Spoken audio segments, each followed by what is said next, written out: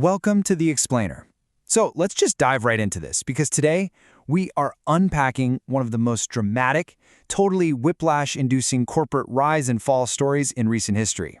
We're talking about a story of a cultural obsession, a global crisis, and a spectacularly miscalculated future. You know, when we talk about massive corporate blunders, hearing about a staggering $20 billion lost in a single catastrophic year is usually enough to make headlines for a decade. But this, Wall Street erased $47.5 billion from Peloton's peak market value all the way down to its crash. That is wealth destruction on a scale that's genuinely hard to even wrap your head around.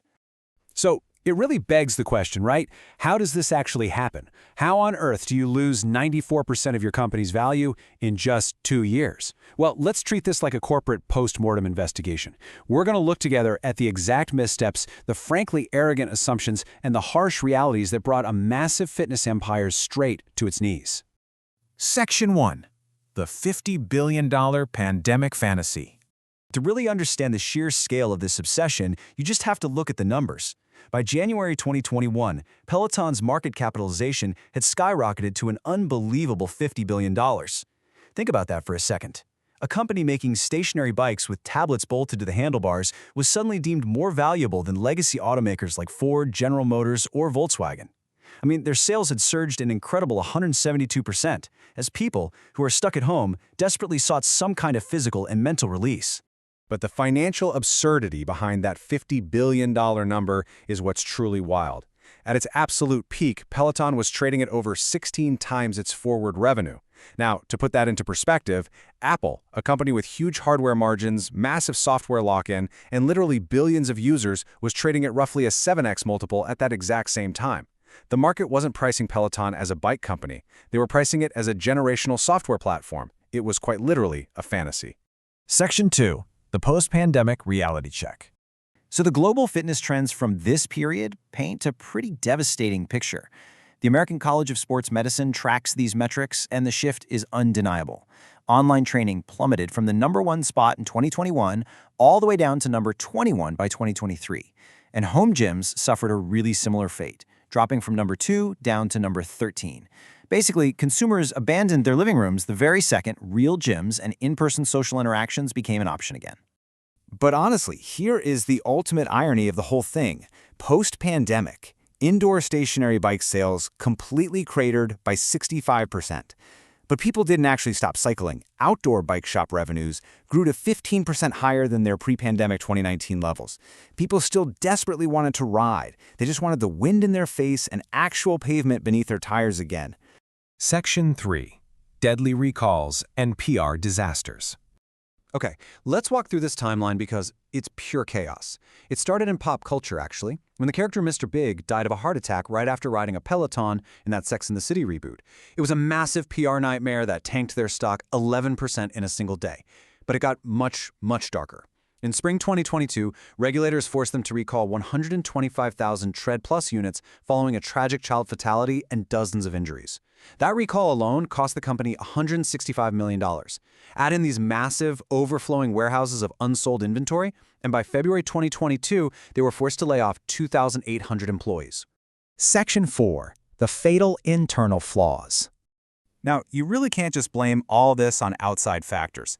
Management made 3 fundamentally arrogant missteps. First off, they priced emergency, captive pandemic demand as if it were a permanent lifestyle shift, and they built massive factory capacity for a reality that just wasn't going to last. Second, they completely froze on hardware innovation. I mean, the 2025 bike looks virtually identical to the 2014 bike, while their competitors were out there adding virtual reality and AI form tracking. And third, they stubbornly refused to drop their $2,000+ price tag to protect their quote-unquote prestige, even as the whole market shifted beneath them. Actually, just read this quote from an anonymous former employee. It really hits the nail on the head. "We were told to plan for 20% growth every quarter, even when anyone with eyes could see gyms reopening. It was delusional. So the people inside the building knew the strategy was doomed, and that brand prestige management was trying so desperately to protect, it was already gone. I mean, it was painfully obvious when you could easily buy a lightly used Peloton on Facebook Marketplace for under $400. Section 5. The leadership exodus. So naturally, the C-suite became this chaotic revolving door of people trying to stop the bleeding.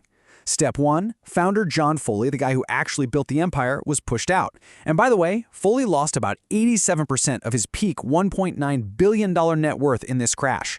Step 2, they brought in Barry McCarthy, a former Netflix and Spotify executive, to try and fix the economics. Well, he resigned after just 2 years. And now, in Step 3, Peter Stern steps up as the third CEO in just 4 years, inheriting an absolutely monumental turnaround task. Section 6. Pivoting to survive. Talk about a massive pill to swallow. A company that literally built a multi-billion-dollar empire by telling consumers to never go to the gym again is now out there renting out their bikes and licensing their digital content directly to those exact same commercial gyms and hotels just to survive. They are leaning on the very institutions they originally tried to destroy. So now CEO Peter Stern is trying to reframe the entire business model. Notice the subtle shift here from connected fitness to connected wellness. They're looking far beyond just a stationary bike. They want to monetize nutrition, sleep coaching, recovery metrics, and mental well-being.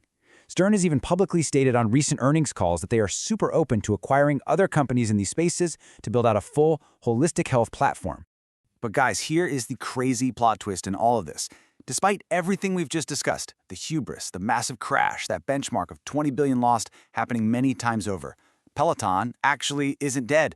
Look at this balance sheet from Q3 2026. They are sitting on over $1.1 billion in cash reserves, and they have somehow managed to drop their net debt by 70%, down to just $173 million. They even posted their first full fiscal year of positive net income. They actually have a war chest to potentially buy their way out of this crisis through strategic acquisitions.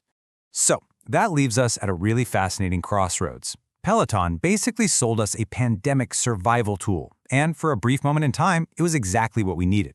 But in a reopened world, it forces us to ask a pretty fundamental question about the future of fitness technology. Is the ultimate goal of this tech to keep us inside staring at a screen? Or should the absolute best tech actually prepare us and push us to get back out into the real world? It's a question Peloton is currently spending over $1 billion trying to answer. I hope this explainer sheds some light on this massive corporate roller coaster. Keep learning, and we'll see you on the next one.